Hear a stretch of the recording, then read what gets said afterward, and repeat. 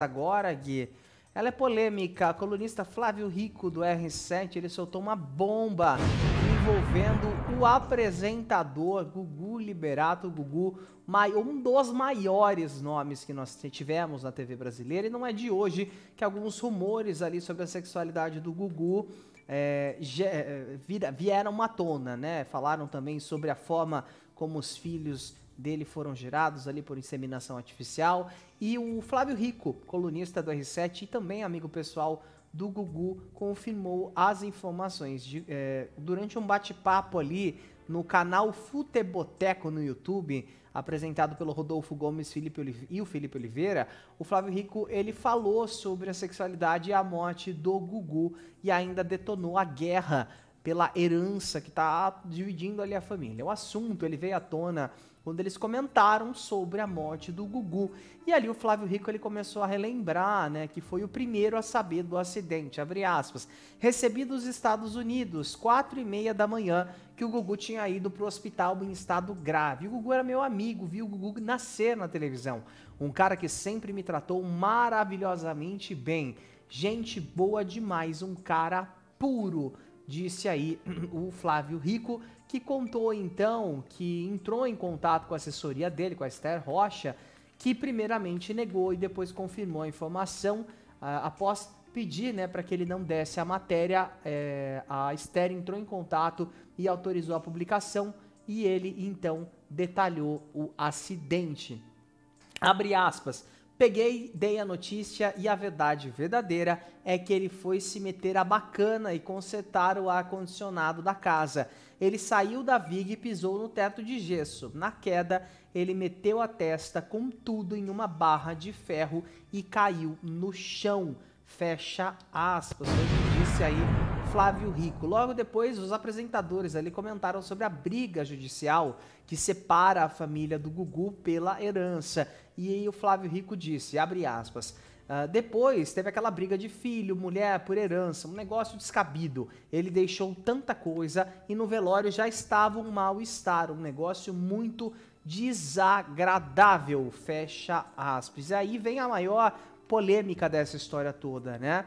Ele foi questionado, né, a respeito da sexualidade ali do Gugu, e quando ele foi questionado, né, se acreditava ali que o Gugu foi pai aos 14 anos daquele suposto filho do Gugu que sumiu, e a gente chegou a noticiar aqui no nosso programa, né, o Flávio disse, abre aspas, claro que não, até porque o Gugu jogava em outro time, não gostava disso, ele era gay, teve os filhos por inseminação artificial, fecha aspas, disse aí o Flávio Rico a respeito do Gugu, né? É importante a gente lembrar que existia um documento, né, uma carta escrita pela Rose Miriam, onde nessa carta ela dava a entender sobre a sexualidade do Gugu. Essa carta de 2010, a Rose Miriam falava, né, sobre a homossexualidade do Gugu e chegou a sugerir que podia até curar ele, né, com oração, jejum, enfim, aquelas coisas ali que até surpreendem a gente ver uma médica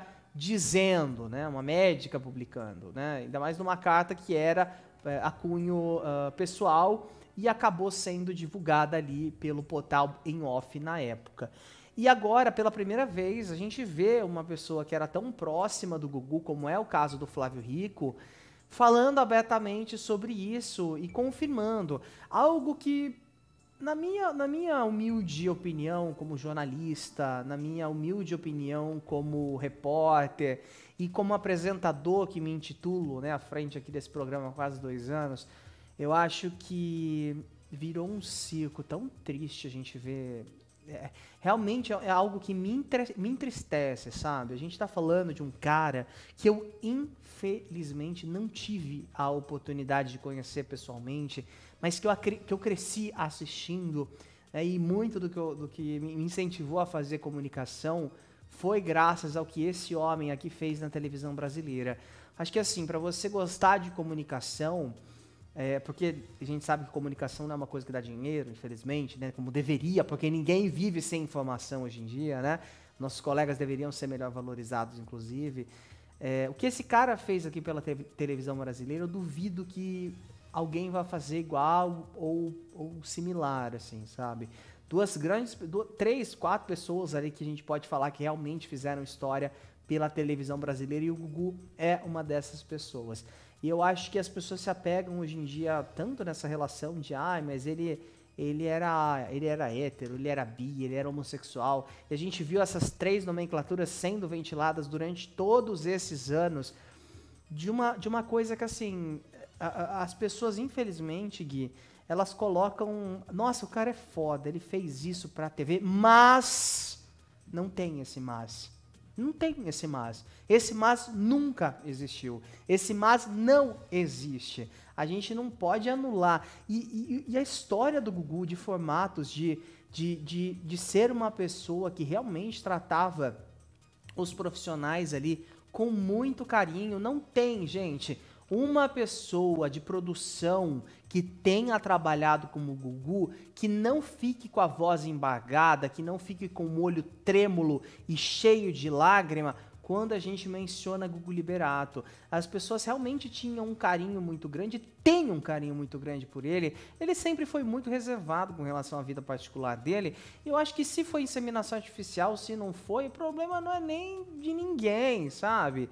E eu acho que, assim, a única coisa que, pelo que parece que aconteceu, é que a mãe das crianças era apaixonada por ele mesmo, e mesmo não tendo nada, ela quer na justiça o direito de uma união estável, que, ao meu ver, pelo que a gente vê, pelos relatos que a gente vê, pelo documento que foi deixado pelo próprio Gugu, não existiu. Mas, infelizmente, aqui no Brasil, infelizmente, testamento não vale de nada, não vale de nada. Documento não vale de nada, porque depois você vai na justiça, você contesta o testamento. Às vezes, famílias, eu falo isso por experiência própria, porque já vi isso acontecer, famílias se rompem por causa de uma casinha que vale 200 mil reais, vale 300 mil reais. Ah, mas 300 mil, Daniel, é muito dinheiro. Mas divide por 10 ali.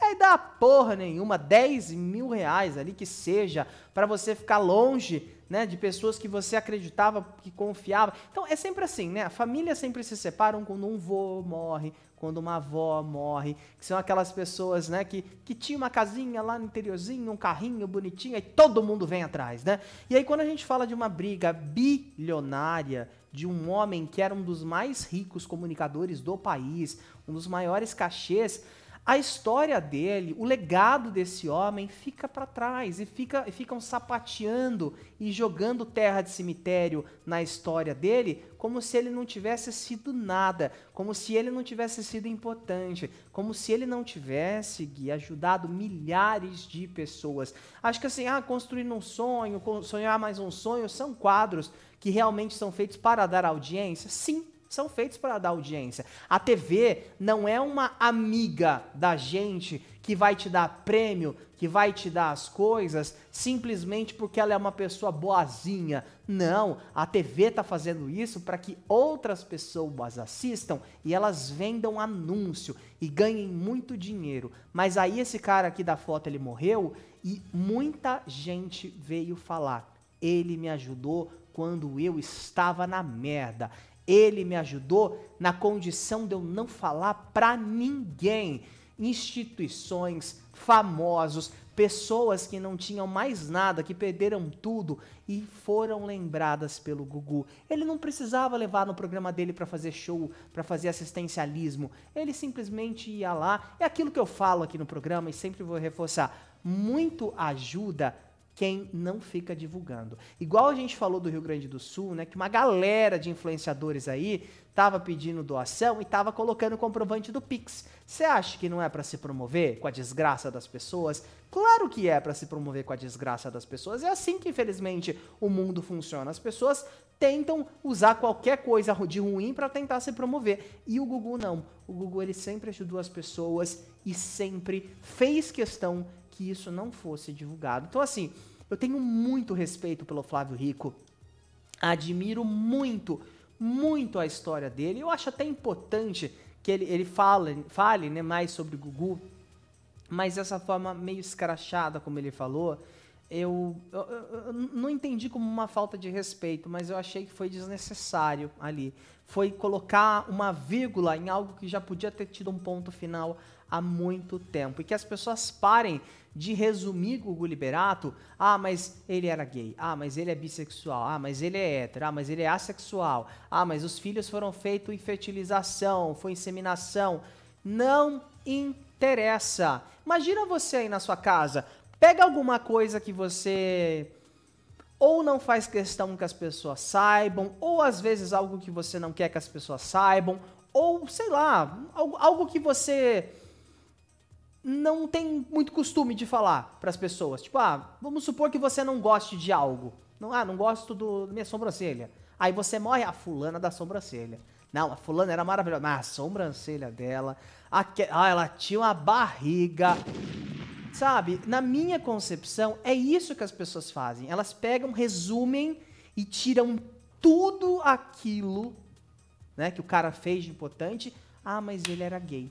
E daí? Qual que era o problema? Resumem uma carreira, uma vida inteira, né? O que realmente importa a um detalhe Algo só. que é supérfluo, Gui, que não vai mudar a vida de ninguém. De ninguém. Dentro, né, dentro de uma história, de um universo, né, muito mais importante, muito mais impactante, especial do que uma característica qualquer, né, Com independente, certeza. né, da condição sexual, né, que ele tivesse, porque assim, e eu digo condição porque eu acho que é aquela coisa, né, ninguém escolhe ser o que é, todo mundo quer ser. Sempre lembro aquele vídeo que até virou meme da Débora Seco, né? A gente não é o que a gente quer ser, a gente é o que a gente consegue ser. E o que o Gugu conseguiu ser foi um grande profissional, né, um grande amigo dos amigos, né, um grande parceiro, né, de todas as pessoas, né, com quem ele cruzou e ele trabalhou, né, na televisão, esse carinho, né, que as pessoas têm.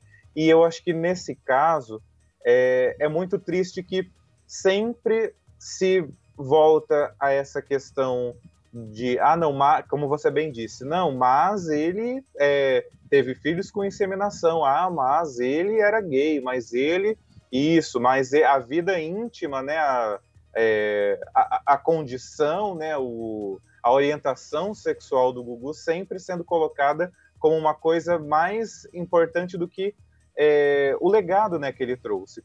Eu tô me lembrando agora, né, que assim, a gente ainda não tem a data do lançamento do streaming, né, do Mais SBT, mas vamos ter um documentário, né, se eu não me engano, acho que é do Toninho ao Gugu, que parece que vai ser o título, né, do documentário. Sim. Toninho, o apelido, né, que o Gugu tinha quando era criança, né, pela família e tal, né, do Toninho ao Gugu. Então lá a gente vai ver bastante coisa sobre a carreira, né, do Gugu, sobre a história dele, as amizades e tudo. Não sabemos se vai ter alguma coisa relacionada à vida pessoal, mas eu acredito que num documentário com a família falando, com os amigos falando, e de uma maneira muito mais respeitosa e muito mais completa ali, seria muito mais respeitoso, né, falar sobre a intimidade, certeza, sobre a vida do Gugu.